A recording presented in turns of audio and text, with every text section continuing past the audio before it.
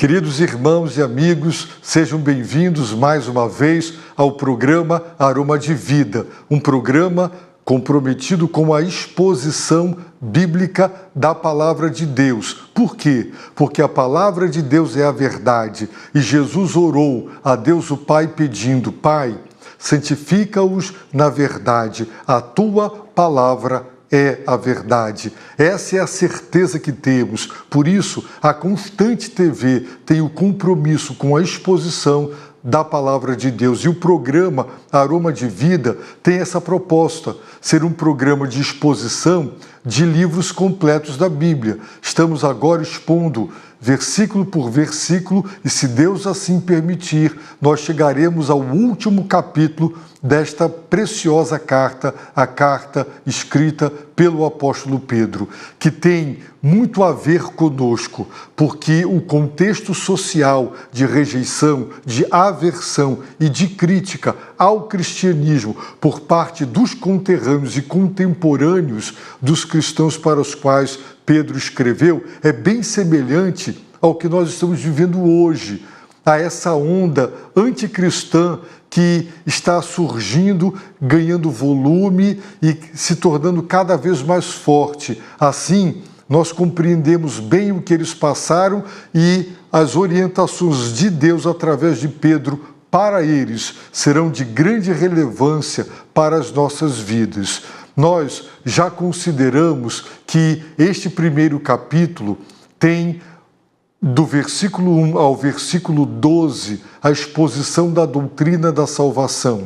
O versículo 13 é a transição, marca a conclusão de tudo quanto o apóstolo Pedro disse nos 12 primeiros versículos, onde ele expôs a doutrina da salvação, onde ele deixou claro o que Deus fez por nós. Agora, ele passa a nos ensinar o que nós, cristãos, nós, igrejas, devemos fazer em virtude do que Deus fez e baseado no que Deus fez.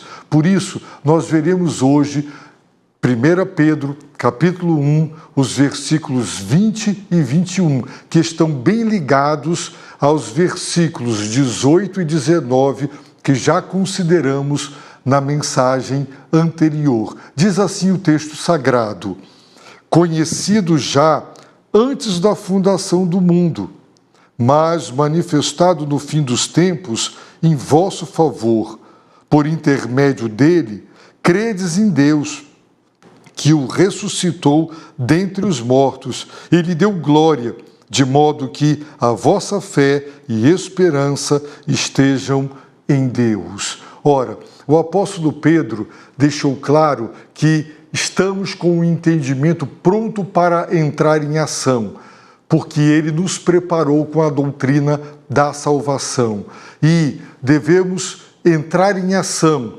diante daquilo que já aprendemos. E o primeiro dever cristão diante do que Deus fez é ter autocontrole. Em segundo lugar, devemos esperar inteiramente na graça. Em terceiro lugar, nós não devemos nos amoldar aos desejos pecaminosos. Em quarto lugar, nós devemos ser santos. Em quinto lugar, nós devemos andar com temor, porque aquele que invocamos como Pai também é juiz, um juiz justo que julga a cada um individualmente segundo as suas obras e ele não faz discriminação de pessoas. Também, em sexto lugar, devemos andar, diz o texto bíblico, sabendo, com a certeza, o saber e a convicção. Fomos resgatados. Deus nos resgatou. Durante o tempo da nossa peregrinação, nós devemos andar com esta certeza. Vivíamos uma vida que recebemos por tradição, o legado cultural, religioso dos nossos pais, dos nossos antepassados, uma vida vazia, uma vida fútil, uma vã maneira de viver.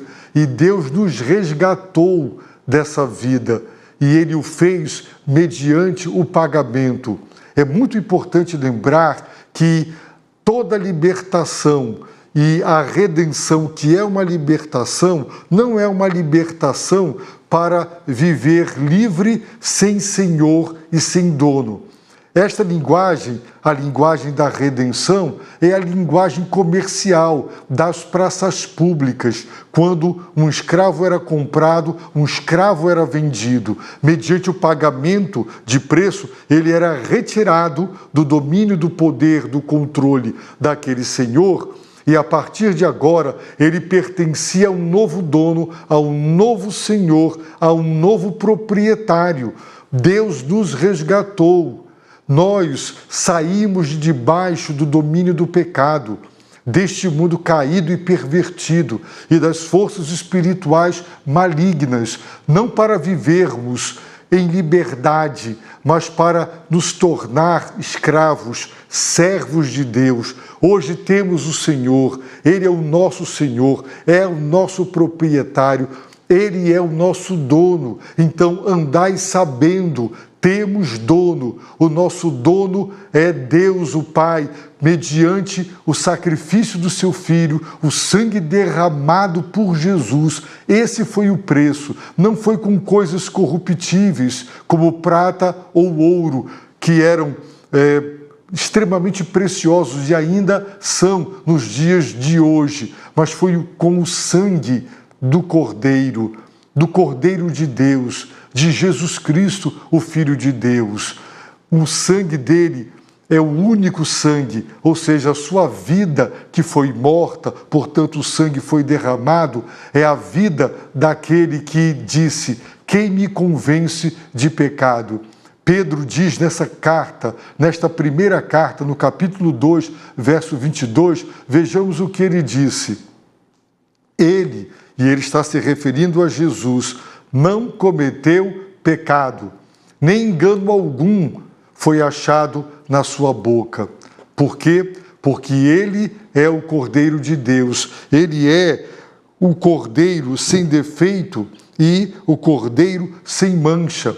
No sistema sacrificial, Deus determinou que o animal a ser sacrificado não poderia ter mancha, mácula. Isso ensinava sobre a necessidade da perfeição. E como não tinha nenhum homem perfeito para ter o seu sangue derramado e poder substituir e representar os homens pecadores, Deus se torna homem. Jesus, o Filho de Deus, se torna homem, tão ser humano quanto eu e quanto você. Mas ele não conheceu o pecado, ele não cometeu pecado. O seu sangue é puro, porque a sua vida é santa, é absoluta, é divina. Por isso, o único que se qualificou para ir à cruz, para morrer, foi Jesus Cristo. Nenhum outro homem poderia morrer por qualquer outro homem, mas Jesus sim, ele pôde morrer para salvar os que se arrependerem e crerem, porque ele é o santo, o justo, o Filho de Deus. E o apóstolo Pedro, então, no versículo de número 20, ele diz conhecido, e ele está se referindo ao sangue de Jesus Cristo e a Jesus Cristo que teve, historicamente, o seu sangue derramado. É muito interessante porque Pedro diz que este sangue foi conhecido já antes da fundação do mundo.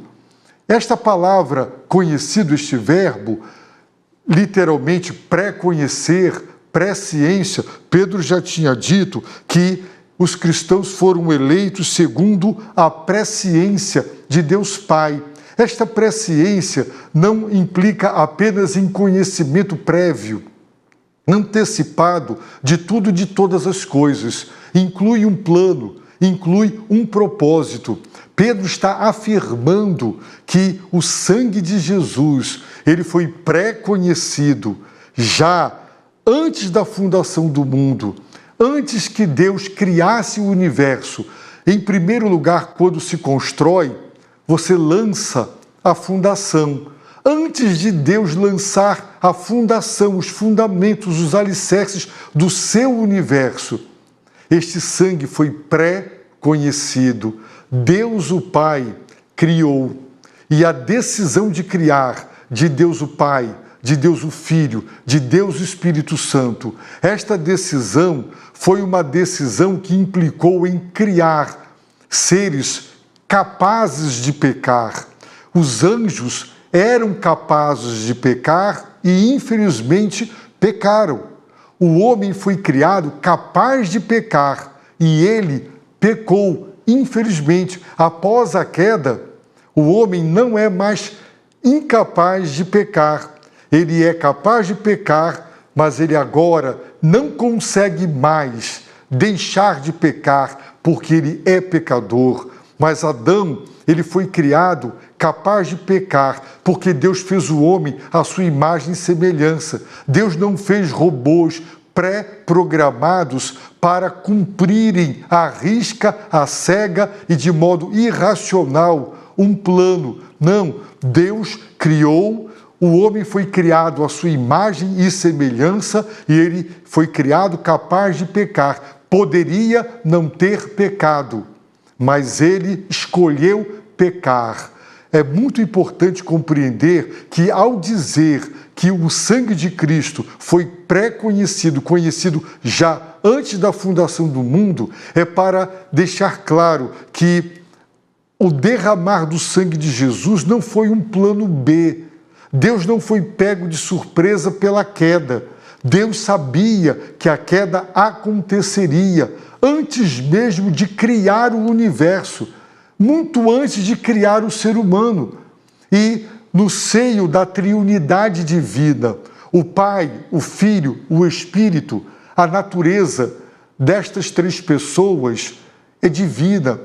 Deus é tripessoal, é triuno, é uno, mas há diferenças de funções, há diferenças de papéis entre eles. E na eternidade, o papel escolhido pela Trindade do Filho de Deus era a encarnação, era vir a este mundo, tornar-se homem para satisfazer a justiça de Deus o Pai, o Filho e o Espírito Santo, por causa do pecado. Portanto, compreendamos que a salvação, ela foi planejada por Deus na eternidade. Ela não foi plano B, não foi um plano adicional. Nada aconteceu por acaso. Jesus foi entregue pelo determinado conselho de Deus o Pai. Vamos ver o que diz Apocalipse sobre isso? Em Apocalipse 13:8, todos os habitantes da terra a adorarão, aqueles cujos nomes não estão escritos no livro da vida do Cordeiro, que foi morto desde a fundação do mundo. O Cordeiro de Deus foi morto antes da fundação do mundo. Antes do mundo ser criado, Deus entregou o seu Filho. E ali a decisão foi tomada para que no tempo e no espaço, na história, após a encarnação, este sangue de fato e verdadeiramente fosse derramado. Pedro diz que o sangue de Cristo foi conhecido já antes da fundação do mundo. No entanto, mas foi manifestado. Quando ele foi manifestado? Quando houve a encarnação. Deus se torna homem. Quando Jesus se encarna, ele não abriu mão da sua divindade. Ele adicionou a sua pessoa eterna à natureza humana. Então nós temos o milagre da pessoa bendita do Filho de Deus, agora com dupla natureza. A natureza divina, que a encarnação não de modo algum diminuiu, arrefeceu, ele permaneceu pleno e perfeitamente divino, tanto quanto o Pai, quanto o Espírito, e ele se tornou homem exatamente como eu e você, porém, e esse porém é muito importante, sem pecado, o que o qualificou a ir à cruz e derramar o seu sangue. Então, este sangue que foi conhecido antes da fundação do mundo, porque ele foi morto pela decisão do Pai, pela sua própria entrega lá na eternidade. Ele foi manifestado historicamente no tempo e no espaço quando Jesus veio. E ele disse que ele não veio chamar justos, mas pecadores ao arrependimento. E o Filho do Homem veio para dar a sua vida em resgate. Portanto, ele ensinou, pregou, curou, mas ele poderia não ter feito nada disso e ter dado a sua vida, porque a razão da encarnação, a razão da vida, a razão da vinda de Jesus Cristo foi para dar a sua vida em resgate, derramar seu sangue, morrer, e esse seria o preço, satisfazer a exigência da justiça de Deus que não deixa o pecado impune. Nossos pecados foram punidos, justiça foi feita e eles foram punidos no Filho de Deus quando ele teve o seu sangue derramado, porque o salário do pecado é a morte. Veja que amor maravilhoso é esse amor de Deus por nós, vis pecadores. E diz o apóstolo Pedro que este sangue foi manifestado quando? No fim dos tempos. Vejamos, Deus criou, e da criação, que terá um fim, haverá um fim para esta era, para este tempo. E nós estamos no fim dos tempos. Nós estamos no epílogo da história da criação de Deus. Estamos no último capítulo. Quando Jesus se encarnou, ali começou o fim dos tempos. Portanto, esta era, esse tempo que começou na criação e terminará quando ocorrer o juízo final, o juízo derradeiro, quando Jesus vem, começam o fim dos tempos. Nós já estamos caminhando estamos na conclusão e caminhando para as últimas páginas da conclusão da história da humanidade. Isso se deu quando Jesus se encarnou. E o apóstolo Pedro diz que tudo isso, ele diz, em vosso favor. Foi em meu favor, foi em seu favor, foi em nosso favor, foi por nossa causa. Nós somos a razão disso. Nós pecamos, nós fomos destituídos da glória de Deus. A ira de Deus está sobre nós porque Deus não deixa o pecado impune. Nós precisamos de salvação. Nós, por conta do pecado, nos encontramos num estado de escravidão moral, pecaminosa, ao mundo caído, decaído, corrompido, a forças espirituais malignas. Mas em nosso favor, Deus planejou na eternidade. Deus não apenas preconheceu, mas Deus quis, Deus planejou, Deus determinou que o sangue do seu Filho seria derramado numa morte cruel, em nosso favor, para nos lavar, para nos limpar, para nos purificar e para nos perdoar. Que grande amor, o amor de Deus para conosco, vis e indignos pecadores. O apóstolo Pedro prossegue dizendo, por intermédio dele, credes em Deus. Jesus é apresentado nas Escrituras não só como o Redentor, e cujo sangue é redentor, é preço do pagamento do resgate para a nossa libertação. Ele também é o mediador. Por intermédio dele, de Cristo, nós devemos crer em Deus. Ele é o mediador.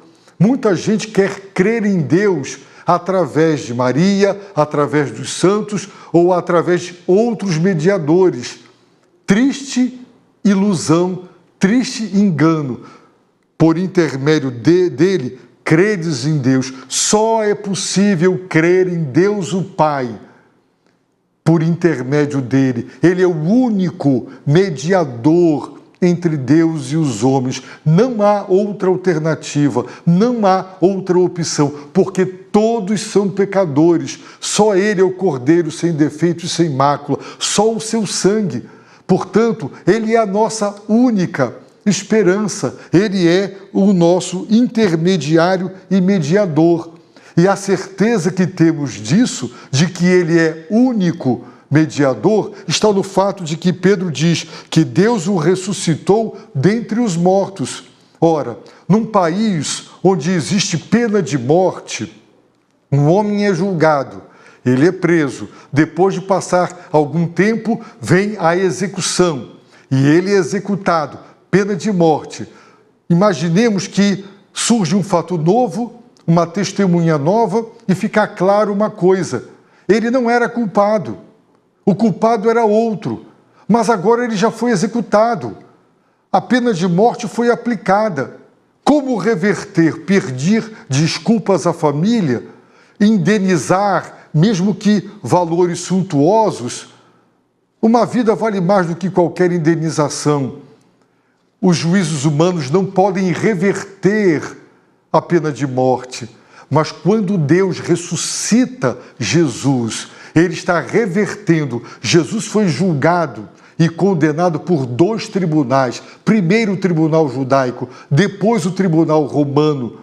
E mesmo que os 2 tribunais tivessem reconhecido que erraram, não poderiam consertar o erro. Mas Deus, ao ressuscitar seu Filho, Ele está dizendo: Ele não era digno dessa morte. Ele morreu a morte substitutiva, representativa, para salvar. Ao ressuscitar Jesus, Deus está dizendo: Ele é santo, Ele é puro. Essa não foi a morte dele. Foi a morte por causa dos nossos pecados. Deus o ressuscitou dentre os mortos, diz o apóstolo Pedro. E Deus lhe deu, diz o texto bíblico, glória. Sim, Pedro já havia dito que o Antigo Testamento falou da salvação. O Espírito Santo, que estava nos profetas, ele revelou os sofrimentos e também revelou as glórias que o Filho de Deus, o Messias, teria. Ele sofreria, depois ele teria morte. O Espírito profetizou isso. E ele estava nos profetas indicando que isso se daria no tempo e no espaço. Por isso Pedro diz que os profetas do Antigo Testamento, indagando qual o tempo, qual a ocasião em que o Espírito de Cristo que estava neles indicava, ao predizer os sofrimentos que sobreviriam a Cristo e a glória que viria depois desses sofrimentos. E Pedro está dizendo que este sangue foi conhecido antes de Deus criar, ele foi derramado na história. Deus estabeleceu Jesus como o único intermediário e mediador entre o Deus e os homens, para que nele possamos crer. Pedro já disse que o objetivo da salvação, da nossa fé, é a salvação da nossa alma. Esse é o objetivo da fé. E para crer nele, nós temos Jesus como mediador, a fé que Pedro já disse ser de suma importância. Ele nos protege pelo seu poder, mediante a fé. Pedro disse que a nossa fé, ela é purificada, aperfeiçoada através das tribulações e das provas pelas quais passamos. Se queremos ouro puro e refinado, também deveríamos desejar uma fé assim.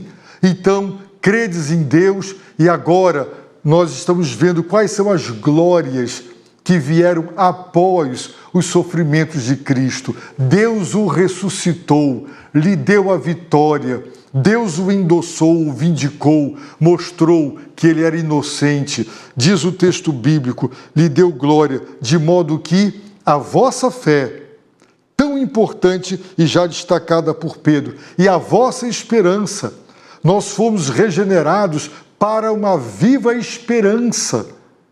Nós já consideramos isso, capítulo 1, verso de número 3. Pedro diz que nós devemos colocar toda a nossa esperança na graça. Então, observem, a nossa fé e a nossa esperança estejam em Deus. Por isso, Deus o ressuscitou dentre os mortos e lhe deu glória, para que o fundamento, o alicerce da nossa salvação, da nossa fé e esperança, elas estejam em Deus, não na religião, muito menos na igreja, mas em Deus e somente Deus, porque Deus é Senhor, Deus é Salvador. Nossa esperança e nossa fé estão calcadas, estão estribadas e fundamentadas nele. É por isso que não há decepção, não há, de modo algum, para nós qualquer possibilidade de nos decepcionar, de nos desapontar, porque estamos na rocha. Nossa fé e esperança estão colocadas em Deus, e Deus não frustra, Deus não mente, Deus não decepciona. Portanto, diante da salvação, devemos ter autocontrole, esperar na graça, não nos amoldar a desejos pecaminosos, ser santos, andar com temor, andar sabendo que fomos resgatados, o preço da nossa redenção, para que nos tornemos escravos e servos de Deus e encontremos nesta escravidão e nesta servidão a nossa liberdade, porque Ele reina com amor sobre nós, através da sua palavra. Sim, foi o sangue, o preço do resgate, da libertação, porque Ele nos comprou, nós somos dele. Este plano de salvação é eterno, ele se manifestou e foi executado na história, de acordo com o eterno, santo e irrefutável plano de Deus que não pode ser frustrado pelos homens. Jesus é o intermediário, só creremos em Deus por intermédio dele, pela mediação dele. Ao ressuscitá-lo e lhe dar glória, Deus nos garantiu isso para que nossa fé e esperança estejam nele e somente nele. Eu oro para que Deus te dê sabedoria, para que Deus visite seu coração, quebrante seu coração, de maneira que pela graça você enxergue, você veja, você encontre Jesus, o único e suficiente Salvador, nossa única esperança. Que Ele te abençoe, rica e abundantemente.